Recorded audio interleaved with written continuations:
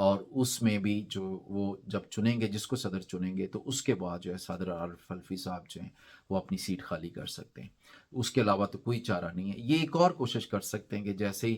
قاضی فائز عیسیٰ صاحب آئیں اور اس کے بعد جو ہے وہ کوئی ریٹ شیٹ دائر کریں کہ جی انہوں نے جو ہے وہ دیکھیں جو ملکی معاملات ہیں، ملک کی سلامتی کو داؤ پہ لگا دیا، ان کی ریپوٹیشن ریاست کی خراب کر دی ہے، کیا کہ جی میں نے سائن نہیں کی، ہماری جگ ہنسائی ہوئی ہے، ان کو آفس میں نہیں رہنا چاہیے۔ تو اس وقت ہو سکتا ہے کہ وہ قاضی صاحب کے ذریعے ان کو کیا جائے، اور مجھے لگ رہا ہے کہ صدر صاحب جو ہیں وہ ڈٹ کے کھڑے رہیں گے، اور یہ وثوق سے کہا جا سکتا ہے کیونکہ انہوں نے تہیہ کر لیا۔ ان کے ارد گرد جو لوگ ہیں، جو ہمارے بھی ذرائع ہیں، وہ یہی بتا رہے ہیں کہ وہ ڈٹے رہیں گے، کوئی استعفیٰ نہیں دے رہے۔ میں نے کل جوک میں ایک جو ہے وہ ٹویٹ بھی کیا تھا، میں نے لکھا کہ بھئی صدر پاکستان کو جو حالات چل رہے ہیں وہ یہ ہیں کہ انہیں یہ ٹی وی پہ آ کے کہنا چاہیے، یا جو صحافیوں کو بلا کے کہنا چاہیے کہ میں جو ہے وہ کوئی استعفیٰ نہیں دے رہا جب تک میں کیمروں کے سامنے نہیں اس کا اعلان کرتا، کیونکہ ہو سکتا ہے کہ ان کو پوچھے بغیر جو ہے وہ کسی استعفیٰ ایک منظر عام پہ آ جائے، میڈیا ان کا اپنا ہے، اور وہاں سے جو ہے وہ اعلان ہو جائے کہ صدر پاکستان نے استعفیٰ دے دیا ہے، اور اس کے بعد جو ہے نئے صدر سے حلف اٹھوا لیا جائے، اور جو اس کے بعد جب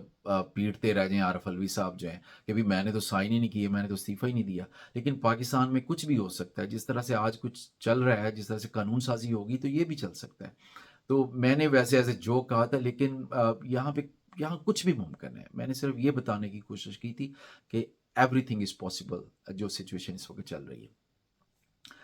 اب آتے ہیں کہ عمران خان صاحب جو ہیں ان کی جیل میں کیا صورتحال ہے۔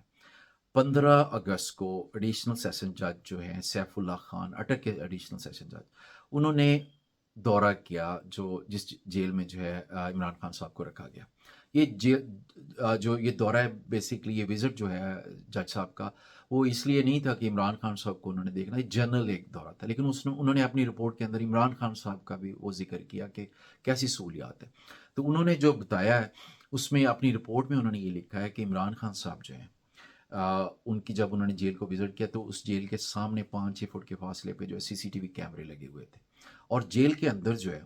جہاں پہ طہارت وغیرہ کرنی ہوتی ہے، ٹوائلٹ ہے، اور جہاں پہ نہانا بھی ہوتا ہے، تو غسل خانہ بھی ایک قسم کا، اور لیٹرین بھی، اس کے اندر جو 2-2.5 فٹ کی اتنی کی ہوگی دیوار، زیادہ سے زیادہ اتنی 2-2.5 فٹ کتنا ہوتا ہوگا، تو اتنی دیوار ہے جس کے پیچھے وہ بیٹھ کے جو ہے وہ ٹوائلٹ بھی کرتے ہیں اور نہاتے ہوئے، پرائیویسی نہیں ہے نا وہاں پہ۔ تو اب یہ کیوں ایسا کیا گیا؟ اس پہ جج صاحب نے کہا کہ یہ تو رولز کی خلاف ورزی ہے، جیل رولز کی خلاف ورزی ہے، کسی عام قیدی کو بھی اس طرح سے نہیں رکھا جا سکتا جس طرح سے انہیں رکھا جا رہا ہے۔ تو حالانکہ وہ تو اے لیول کی سہولیات کے حقدار ہیں، جس طرح سے نواز شریف صاحب کو دی گئی، ان کو کیوں نہیں دی گئی؟ کہ وہ بھی تو وزیر اعظم رہے ہیں عمران خان صاحب۔ تو یہ انتقام ہے جس کی آگ جو ہے وہ ٹھنڈی نہیں ہو رہی، اور یہ کبھی ٹھنڈی نہیں ہوگی۔ حسد کی آگ اور انتقام کی آگ وقت لیتی ہے ٹھنڈا ہونے میں۔ تو ایک تو مقصد انتقام اور حسد ہے، اور دوسرا جو ہے وہ عمران خان صاحب کو میکسیمم تکلیف دینا ہے۔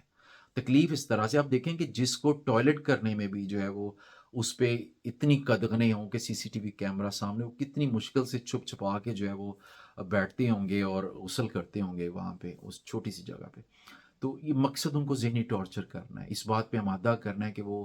معافی مانگ لیں، اسٹیبلشمنٹ سے ڈیل کر لیں، باہر آ جائیں، کچھ نہ کہیں، باہر چلے جائیں ملک سے کچھ عرصے کے لیے، تاکہ ان کو جو ہے وہ کھل کھلا کے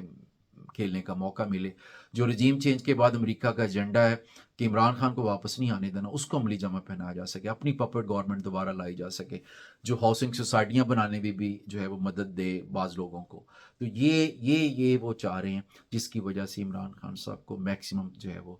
تکلیف دی جا رہی ہے۔ یہاں پہ جو ہے وہ عمر چیمہ صاحب جو ہے ان کا ذکر کرنا جو ہے وہ بہت ضروری ہے۔ ان کو آج پھر دہشت گردی کی عدالت میں پیش کیا گیا، جہاں پہ ان کی ایسی تصویر سامنے آئی کہ ان کو پہچاننا جو ہے وہ مشکل لگ رہا تھا۔ داڑھی ان کی بڑی ہوئی، جس طرح سے آپ تصویر میں بھی دیکھ سکتے ہیں، پہچانے نہیں جا رہے، میں نے بھی نہیں پہچانا ان کو، لیکن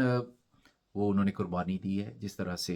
شہریار افریدی نے قربانی دی ہے۔ ان کے ساتھ ایک اور خاتون ہیں، ڈاکٹر یاسمین راشد ہیں، میاں محمود رشید ہیں، اسی طرح سے جس طرح علی محمد خان صاحب نے جیل کاٹی ہے بڑے خوش دلی کے ساتھ، اور طیبہ اور صنم راجہ وغیرہ جو ہیں، طیبہ راجہ اور صنم جاوید، وہ بھی خواتین ہیں، وہ بھی لڑکیاں، وہ بھی جو ہے، اور عالیہ حمزہ جو ہے وہ بھی جیل کاٹ رہی ہیں بڑی جو ہے وہ بہادری کے ساتھ، پریس کانفرنس نہیں کی۔ تو یہ ایسے ورکر ہیں جو کہ تعریف کے قابل ہیں، ان کی تعریف کی جانی چاہیے، کیونکہ اس ماحول میں جب کوئی بھی کھڑا نہیں ہو رہا، تو یہ امیجز جو ہیں، ان کی جو قربانیاں ہیں، یہ لوگوں کو حوصلہ دیتی ہیں، کیونکہ اس طرح کا جو مارشل پلاس اس ملک میں اس وقت نافذ ہے، جمہوریت نام کی کوئی چیز نہیں، آئین اور قانون کا کوئی سسٹم نہیں ہے، مائٹ از رائٹ ہے۔ تو اس میں ایسے لوگ جو ہیں وہ جس شان سے کوئی مقتل گیا وہ شان سلامت رہتی ہے، زندگی تو آنی جانی چیز ہے، اس کی تو کوئی بات نہیں۔ وہ اپنے آپ کو اس بہادری سے ان مشکلات میں ڈال کے قوم کا سوچ رہے ہیں، تو وہ اپریشیشن کے قابل ہیں۔ عمران خان صاحب جس طرح سے جو سوچ رہے ہیں، کیونکہ ماحول ایسا ہماری قوم کا ماحول ایسا بن گیا کہ قوم چپ کر کے بیٹھ گئی، اور یہ ہمیشہ لیٹ جاتی ہے، جو بھی حاکم آتا ہے سختی کے آگے نکلنا ان کے لیے بڑا مشکل ہے، ریوارڈ کرنا بڑا مشکل ہے، کہ جو قوم ہوتی نہیں حق بات پہ یکجا، اس کا حاکم ہی بس اس کی سزا ہے۔ اور یہ جو سزا مل رہی ہے مہنگائی کی صورت میں، بلوں کا اتنا جو قیمتیں چڑھ گئی ہیں، پیٹرول اتنا اوپر چلا گیا ہے، اور زندگی مشکل ہو گئی ہے، 2 وقت کی روٹی کھانا مشکل ہو گیا ہے، یہ سزائیں ہمارے کرتوتوں کی، ہمارے چپ رہنے کی سزائیں۔